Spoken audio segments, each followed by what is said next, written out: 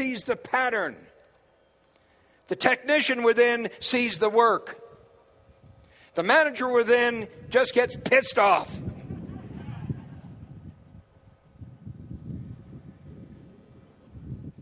So I started my meeting with Bob and began to ask him questions, the only thing I could do. And I swear over that hour, a transformation took place. Didn't know anything, but I discovered Bob knew less. He owned a business. I didn't. What I knew was selling is a system. I'd learned that selling encyclopedias. You might say to me, what in the world does selling encyclopedias have to do with selling high-tech whatever? You have no idea how similar they are. They're exactly the same thing. So when we got done with our meeting, and when I suddenly realized that Bob really had a problem, that Bob really didn't understand, and that Bob was the biggest single opportunity I had ever faced in my life, Bob said, "Can you help me?" And I said, hear this, of course I can. How did I know that? How did I know that? Understand, for years I'd been what my mother called a wandering Jew. Was a wandering Jew looking for my passion, looking for my purpose. I was a saxophone player, I was a hippie, I was a beatnik, I was a this, I was a that. I did everything and I did nothing, and I was continually searching for this magic holy grail that was going to suddenly reveal itself, but never did. Not this, not that, not this, not that. Even after 12 years of mastering the saxophone, I suddenly came face to face with the fact I didn't want to be a musician. I'm a late learner.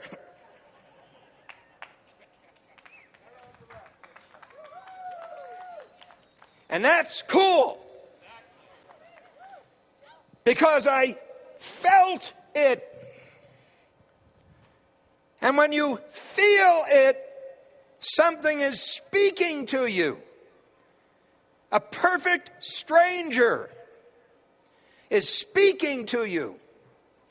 And in my case, it was the entrepreneur who woke up big time in Bob's office when I suddenly saw the biggest single opportunity I'd ever seen in my life. And it came to me in that moment when both of my assumptions were turned on their ear.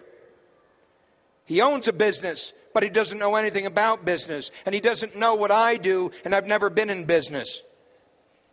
He's never had a master. He couldn't have. He's never learned the fundamental lessons that are so critical to doing anything anybody wishes to do. And so I started to help Bob, and he was my first client, and then my second, and then my fifth, and then my ninth, and I suddenly came face to face with the reality that Bob wasn't the only one who had this problem. Every single small business I walked into had identically the same problem.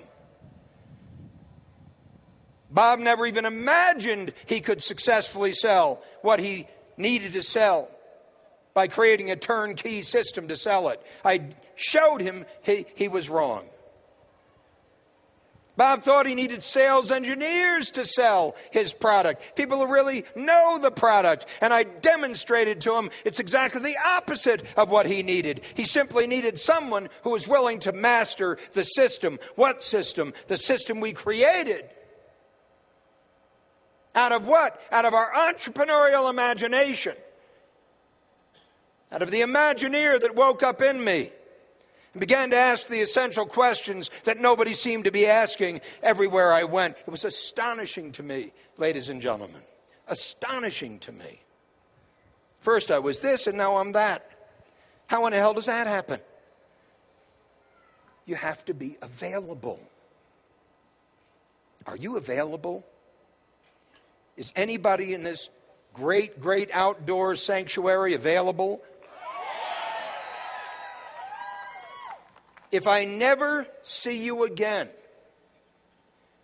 what I'm going to share with you in this limited time I have is not a secret. It is so obvious for anybody who looks and is open to see. And it's so tragic that so many people own a small business. Doing it, busy, beating their brains out day after day, never, ever going to realize the Holy Grail, the magic on the hill, or anything even like it. It's just a job, the worst job in the world, because you're working for a lunatic. Please don't take this personally.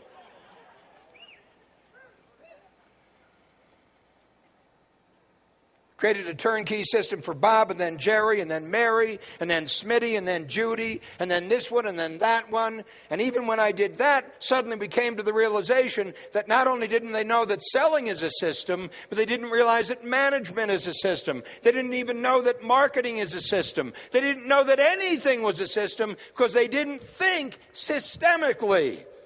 The universe is a system, ladies and gentlemen.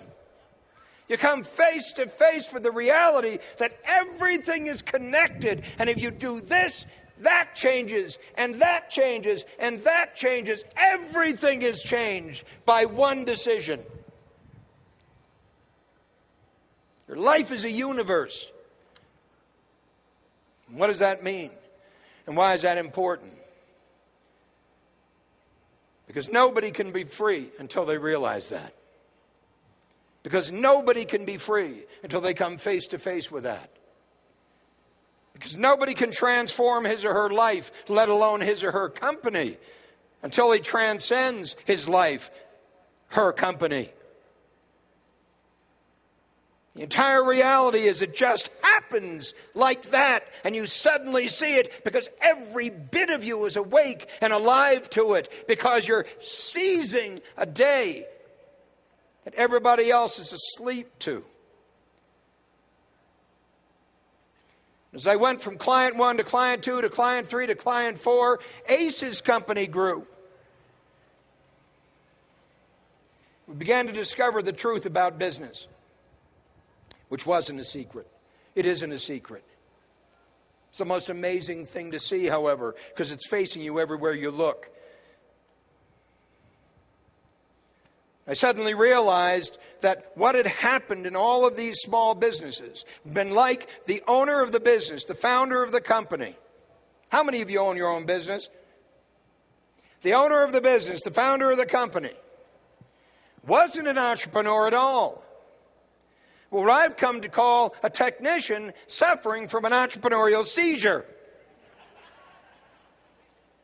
Made the fatal assumption, because I understand how to cook, I understand how to run a business that cooks. If I understand how to be an accountant, I understand how to build a business that does accounting. If I understand how to fix a car, I understand how to build a business that fixes cars. And it's 180 degrees from the truth.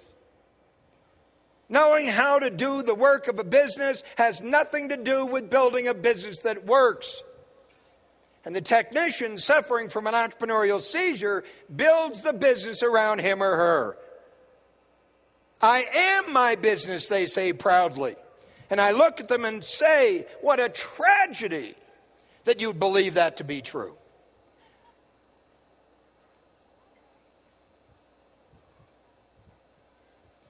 At eMyth Worldwide, which I founded in 1977, we built a turnkey system to transform any small business. Build a turnkey system to transform any small business into a thing of beauty. Since I founded the company not knowing how to do what to do, I simply pursued it with the kind of passion that I pursued everything in my life. But I suddenly realized the power of it. The power of it was that we could transform the lives of millions upon millions upon millions of people who own and operate businesses around the world. As I told you also, eMyth Today, with its eMyth Mastery program, its ability to truly transform any business in this room, no matter whether it's high-tech, low-tech, no-tech, doesn't make any difference. No matter where you are, no matter what you sell, no matter what you do, no matter how you do it, what we discovered are there universal truths about business that apply to every single kind of business. Everybody told me I was nuts. Everybody told me you can't do that. Everybody told me that's impossible. Everybody told me every business is different. Everybody told me every market is different. Everybody told me every product is different. Everybody told me every service is different. And the truth was, I knew they were wrong. I don't know how I knew, but I don't need to know how I knew. Because it came to me and I trusted it. I trusted what I heard him say. Today, eMyth is serving clients in 145 countries around the world. Over 66,000 small business clients have transformed their lives. And I started it not knowing anything about anything other than what my masters taught me. No, not that way, this way. No, not that way, this way. And trust your intuition. Trust it. Trust your passion. Trust that part of you that is singing this extraordinary song that says, holy shit! Can I believe that?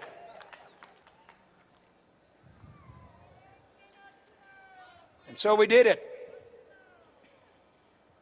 Step by step by step by step. We went to work on the company, not in the company. I didn't start the company to become a coach. We weren't in business for 2 years before I stopped working with clients entirely. I built a coaching system that novice coaches were trained to use, just like my masters taught me. No, not that way, this way. No, not this way, that way, etc., etc., etc., all at the cost of a minimum wage kid. There was nobody who owned a business who could say, I can't afford what you do. Nobody. That was the point of it. Accessible. You can't do that, everybody said. I'm here to stand as a testimony to the fact that not only can you, but we did.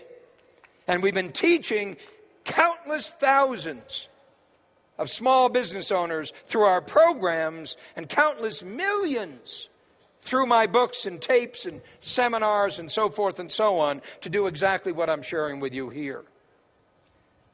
And I came face to face with what was missing in all those small businesses, which is what turned the key. It was like every single one of those small business owners, before I started my company, had gone out and bought a jigsaw puzzle.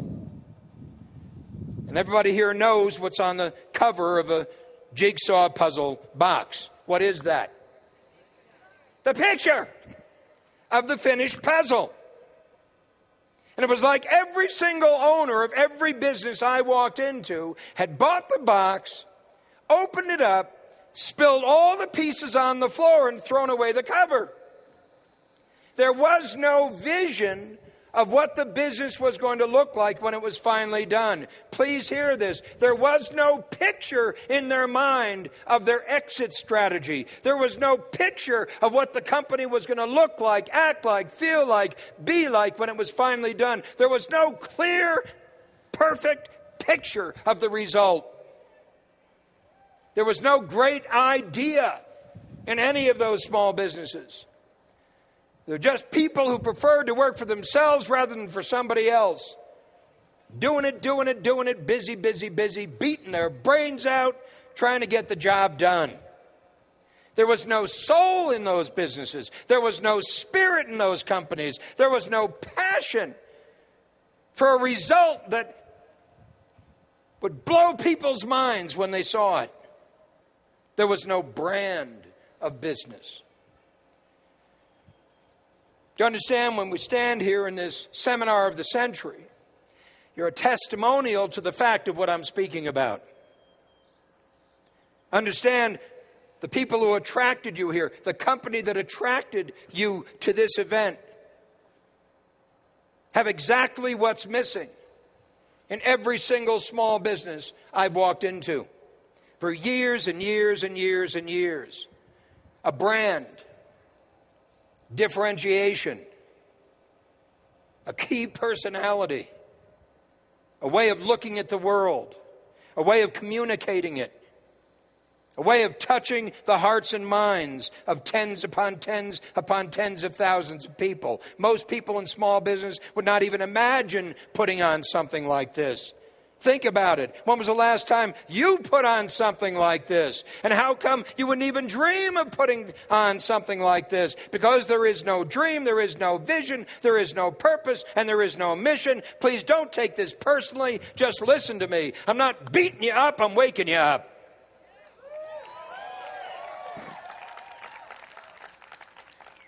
No small business needs to stay small. And no technician suffering from an entrepreneurial seizure will ever create a great company. And so what do they do instead? They go to work every day. They go to work every day. They open the doors, they close the doors, they clean the floors. They go to the bank, they hire somebody, they fire somebody. They solve problems, they solve problems, they solve problems. Anybody here solve problems every day? Do the problems go away? No. Why? Because problems don't go away ever, ever, ever without a dream, without a vision, without a purpose, without a mission. Please hear me. What I found missing in all those companies and what supported us in our odyssey in attempting to solve the problems of small business worldwide once and for all, without knowing anything about how to do it, was to pursue the question.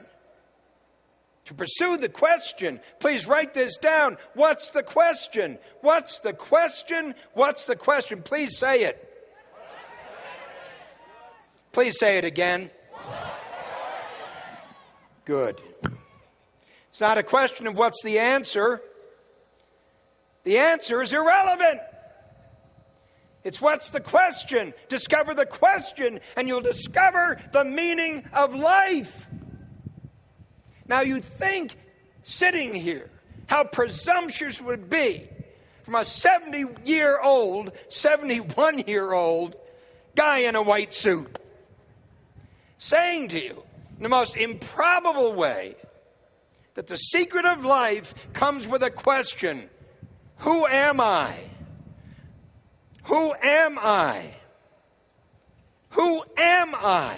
And until that question